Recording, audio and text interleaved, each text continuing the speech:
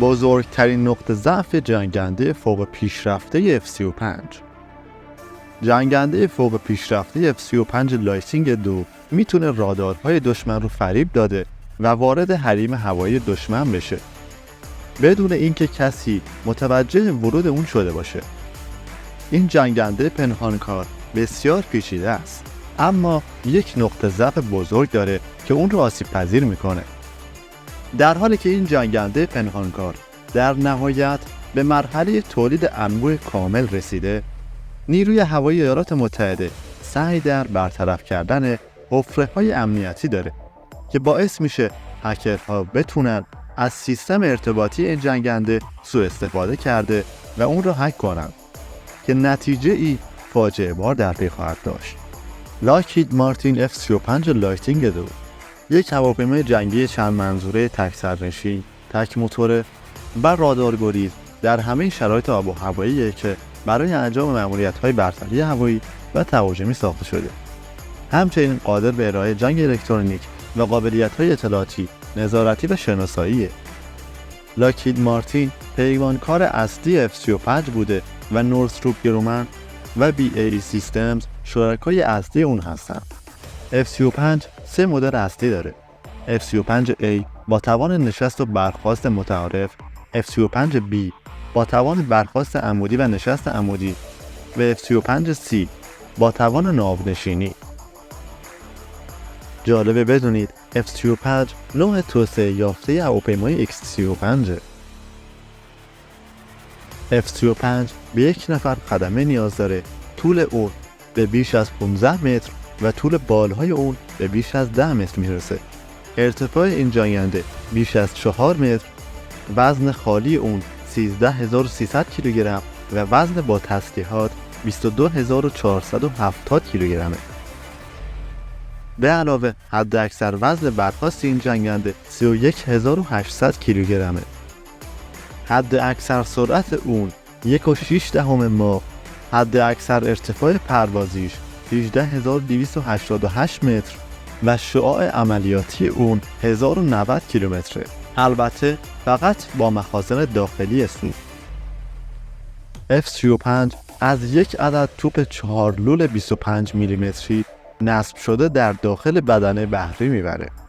با من تا انتهای این برنامه همراه باشید تا با نقطه ضعف بزرگ این جنگنده بیشتر آشنا بشیم.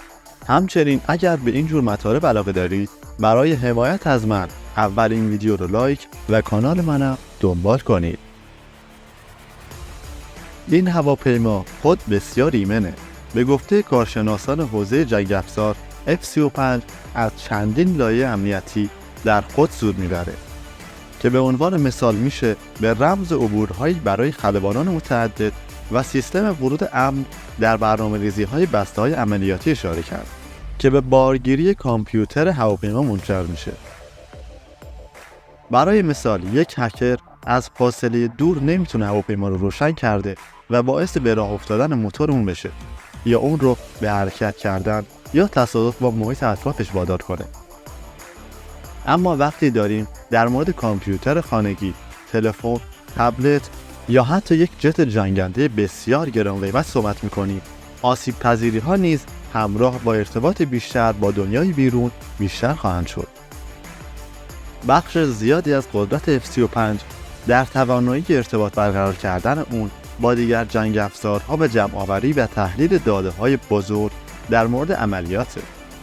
ناوگان بین‌المللی F-35 دست کم با 2 شبکه امن در ارتباط هستند تا بیشترین کارایی رو داشته باشند. اولین شبکه سیستم اطلاعات لوجستیک خودکاره که مشکلات هر جنگنده و اطلاعات مربوط به هر بخش از تجهیزات اون رو در سراسر جهان ردیابی میکنه.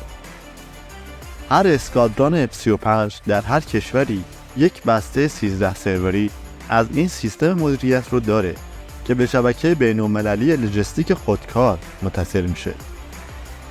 هر جت جنگنده F-35 داده‌های لوجستیکی رو به نقطه ورود مرکزی کشور خود میفرسته که بعد از اون به سرور مرکزی لاکهید مارتین در فورت ورث در تگزاس منتقل میشه.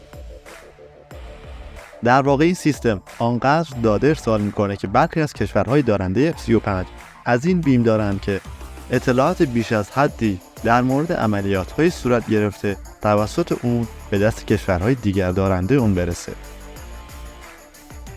برای مثال این سیستم شبکه‌ای رادارهای دشمن و سیگنال‌های جنگ الکترونیک رو جستجو کرده و اطلاعات اون رو به اشتراک میذاره.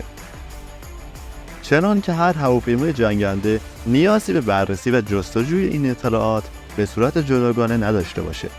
این سیستم کارآمد به کشورهای دارنده F-35 این امکان رو میده که عملیات‌های خود رو با پیشبینی تهدیدهای بالقوه از سمت دشمن برنامه‌ریزی کرده و به عبارت ساده یک قدم جلوتر از اونها عمل کنند. هکرها ممکنه با هدف از کار انداختن کامل این سیستم‌ها اختلال در سیستم لوجستیک بین‌المللی و یا حتی از بین بردن مزیت هواپیماها در دسترسی به اطلاعات و استفاده از بخش‌های متعدد خود وارد عمل بشن. همچنین اونها میتونن یک پارچگی داده‌های سیستم رو از بین برده و داده‌های نادرستی از طریق سیستم منتقل کنن که میتونه امنیت پرواز رو به خطر انداخته و برد سیستم جنگ افزاری رو کاهش بده.